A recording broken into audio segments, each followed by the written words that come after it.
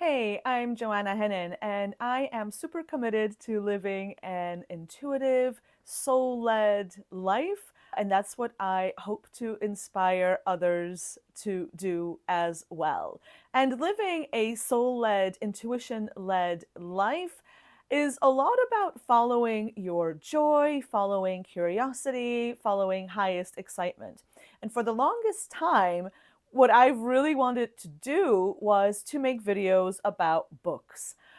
But I talked myself out of it because that's what we do, right? Like there's something that we feel is interesting or we're curious to explore or try, and then we talk ourselves out of it because it doesn't fit whatever narrative we're telling, whatever story we're telling about the way our life is going or what we're moving towards. And so that was the same for me. Talking about books on YouTube doesn't fit my linear version of where I'm going in life.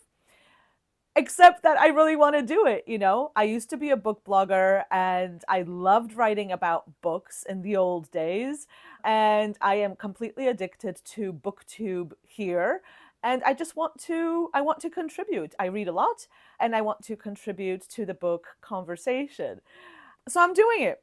And once I decided that I'm doing it because my intuition is telling me to do it, I also discovered that actually it fits with my message a lot more than I thought before. So when I looked at the books that I'm reading, first of all, reading is joy for my soul. I have always been a huge reader. Some of my happiest memories of my childhood are from the public library in Flushing, Queens, in New York, where I grew up.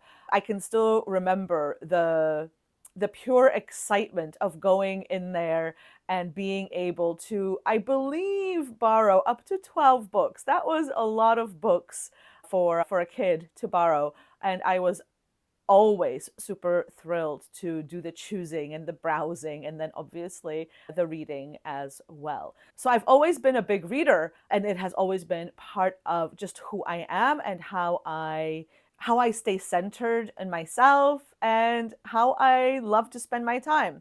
But aside from that, I noticed that a lot of the stuff that I read actually is inspiring and empowering, not only the nonfiction stuff, also the fiction stuff. So I like stories about people who are finding themselves, who are pursuing dreams, who are stepping into a more authentic life, making choices that are really right for them, no matter what anybody else says. And that, of course, is all part of following your intuition and living your soul path. So these are themes that I talk about all the time. So it's actually no wonder that they're showing up in my reading as well. And it makes me even more excited to share my reading with you from now on as part of this YouTube channel. So I'm getting my feet wet in the world of BookTube today with this video, my first book video.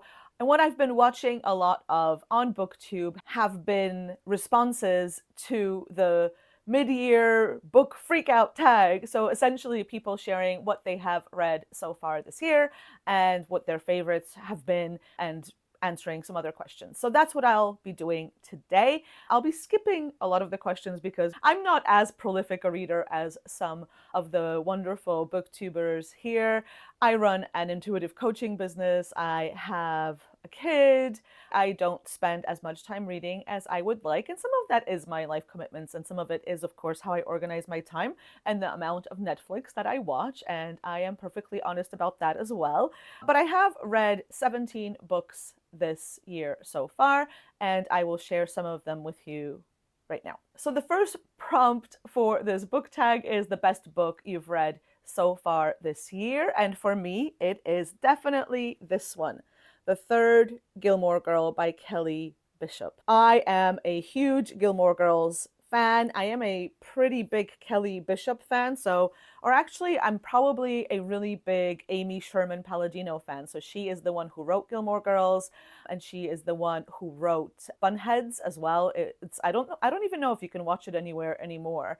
It was only one season about a ballet school, and Kelly Bishop was the one who was running that ballet school. Sutton Foster was in that as well, and I love her too.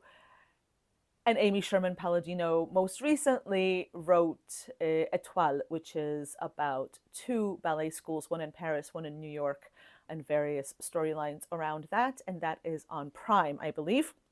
But anyway, this book is obviously a nonfiction book. So this is a memoir by Kelly Bishop, who plays the grandmother on the Gilmore Girls. But it reads like fiction, you guys. It's such a good story. It's such a good story of a woman who is pursuing her dream against the odds. I mean, becoming a well-known TV star is not for the faint-hearted, right? Like that is a difficult world to make it in. In fact, she is not primarily a TV personality, an actress. She is primarily a dancer. So she was actually trying to make it in the world of dance and then moved on to the world of musical theater. She was in the original production of A Chorus Line on Broadway.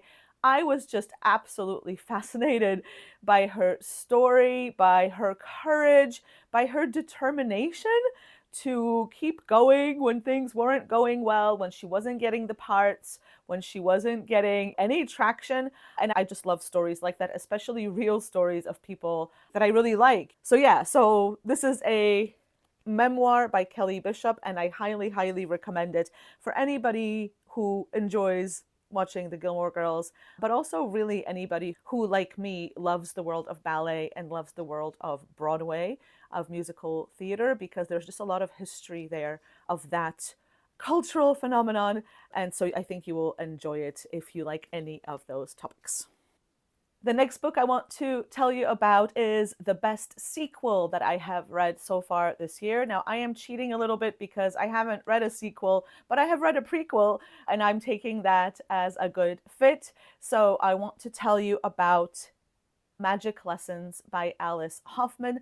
This is the prequel to Practical Magic, which is about two witchy sisters and a lot of trouble that they get themselves into. And this book, the prequel, Magic Lessons, is about their ancestry. So about where the magic comes from and who came before them and why there are certain forces in their lives in the present day where all that comes from, where their reputation and the curse that's on them and all that surrounds them, where that actually started. So I love Practical Magic as a book. I loved the movie as well, and I believe they're making a second movie now. I read this to find out what happened before that, how these sisters got to where they are now. I didn't enjoy it as much as I would like to, only because it takes place in the 1600s and 1700s, and that is just not my favorite historical period. I don't usually read books from that period, but as I said, I really wanted to know the story before the Practical Magic story. So I pressed on, and it's very good. Alice Hoffman is a brilliant writer, and if you have any interest in the Practical Magic universe, then you will enjoy this one as well.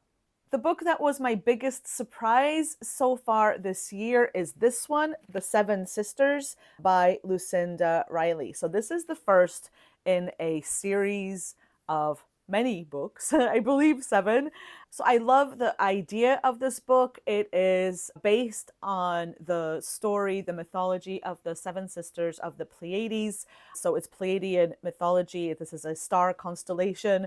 I just think that's a really neat idea. There are 7 stars named after these 7 sisters. And so Lucinda Riley wrote a book about each of the sisters. And I just always thought that this was a really cool idea. And I know a lot of people love these books, love this series. I tried to read it last year and it didn't go very well. I just wasn't into it. But I tried it again because a dear friend gifted it to me for Christmas last year. And so I couldn't not try it again, And I'm so glad I did, because it read so beautifully and so quickly. I got completely sucked into the story, and it kind of reminded me of like a simpler time. Like it reminded me of books that were written in the 80s that I used to read as a teen. maybe in my late teens, those kind of sprawling stories across continents, family sagas. There used to be a lot of books like that around, and this really felt like one of those. And it's just really easy to get sucked into that and to get totally lost in the story. And it's a thickish book, so there's plenty of time to spend in this universe. And I am really looking forward to reading about the second sister next. My favorite new author right now is Laura Pearson, who wrote The Many Futures of Maddie Hart. And this was just so much fun to read. I think I'm a sucker for books that have a really cool idea behind them, something that I hadn't seen before. I also enjoy a little bit of magic in my books. I don't read fantasy, but I do enjoy magical elements. So some kind of magical realism or some sort of like weirdness around the plot. And in this particular book, Maddie Hart sees her future. Every time she sleeps with someone, she sees the exact moment that they share 10 years after. So when she sleeps with someone, she can essentially see whether it'll work out and how it'll work out. And I just thought this was such a fun idea. Obviously, until life got a little bit complicated for Maddie and all these different things that she was seeing in the future started to weigh on her a little bit more. I won't tell you any more, obviously, because I don't want to give any spoilers. But if you enjoy a little bit of weirdness in your books, then this is a really, really fun one. And I really like how the author handled all the different elements of this storyline. I really liked the way it was done. I really liked the way it ended. It kept me hooked. It kept me reading into the night. And I'm now reading another Laura Pearson book, which I will tell you about at another time, but it's also really good. It's maybe not as fun as this one. It's maybe a little bit more seriously themed. This one is just super, super fun, and I highly recommend it, especially for a summer read. The next prompt is a book that made you cry, and for me, that was Reasons to Stay Alive by Matt Haig. Now, I did listen to this on audio while going through a deep depression earlier this year.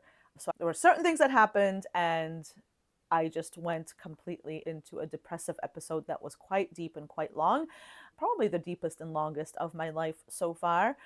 And I listened to this book, which is about depression. It's about the author's depression.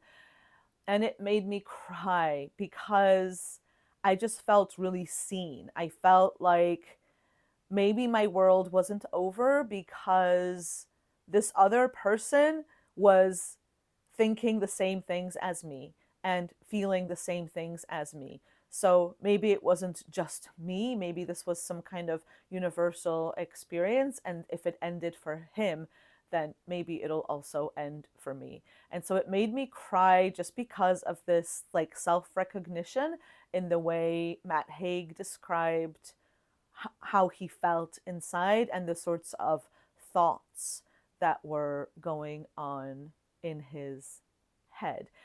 But in fairness, it also made me laugh because Matt Haig talks about this really serious topic with a lot of humor, and some of the ways in which he described things made me laugh.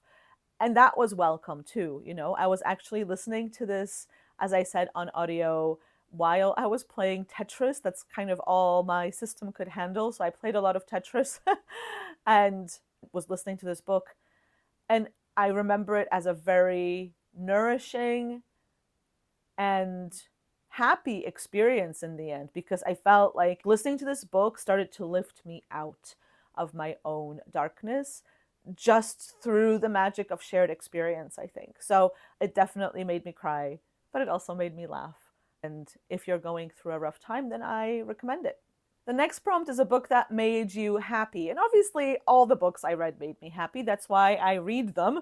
But this particular one really stood out. And it's called My Favorite Mistake by Marian Keyes. Now, Marian Keyes is a very, very well-known Irish author. And the reason this particular book, her latest, I believe, made me really happy was because of all the themes in it. So it's about someone who packs in life in the big city and moves back to Ireland for a simpler life, really. And that's what she finds, is a quieter, simplified life. And that's what I did. I left a big job and the city and all that to live in rural Ireland 4 years ago. So I really liked reading about that part of her journey. It also made me happy because the book is actually set in the west of Ireland where I live. So not very far from my house, which was really fun as well. And all the Irishisms were present, which was enjoyable. It's still very enjoyable to me. I didn't experience much culture shock when we moved here because my husband is Irish and we've been coming here every year since we got married, I don't know, like 20 years ago now. But I did experience some culture shock because there are some things that are very particular about Ireland. And all of them are present in this book. So that was kind of fun as well. And on top of that, this main character is in her late 40s, like me, and on HRT for perimenopause, like me. And she was trying to find a new doctor, and the doctor wouldn't give her what she wanted. And that has just been so close to my experience, that shared experience and shared difficulty of finding something that works for you and then having difficulties having it prescribed because there isn't enough information about how it affects us. Perimenopause is just a totally wild ride, and I enjoyed somebody else's misery around it for a change rather than focusing on my own.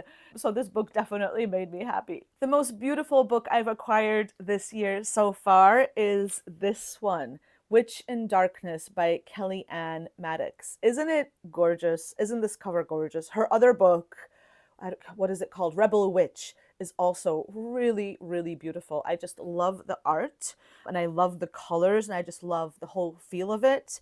This is a great book anyway, even without the art, because it's about how to tap into your power, how to tap into energy and magic when you're not feeling great. And she divides it into chapters about all kinds of not feeling great. So you can read it cover to cover, like I did, or you can just dip in and out for when you're in a particular place, when you feel disconnected from your creativity, or when you feel really sad, or when you feel really lost, or whatever it is. And I just love how simple her tips are, how simple her ideas are, how doable what she presents is. I'll probably end up doing a longer video about this book and her other book because I'm just a huge Kellyanne Maddox fan. I will link to her fabulous YouTube channel down below. So I'll probably discuss them in more detail, but the thing that really sticks with me since reading this is preparing some kind of self-care kit for yourself when you are feeling good. So especially in a time where my energy levels and mood is going up and down like crazy because of perimenopause. I do have periods of time when I feel really good, but that can change very unexpectedly, and then I'll be feeling awful for a period of time as well. So I just really like the idea of when I'm on a high to prepare for the low. So not hope that it'll never come again, because that's unlikely at this stage of my life, but to create something that my future self will thank me for.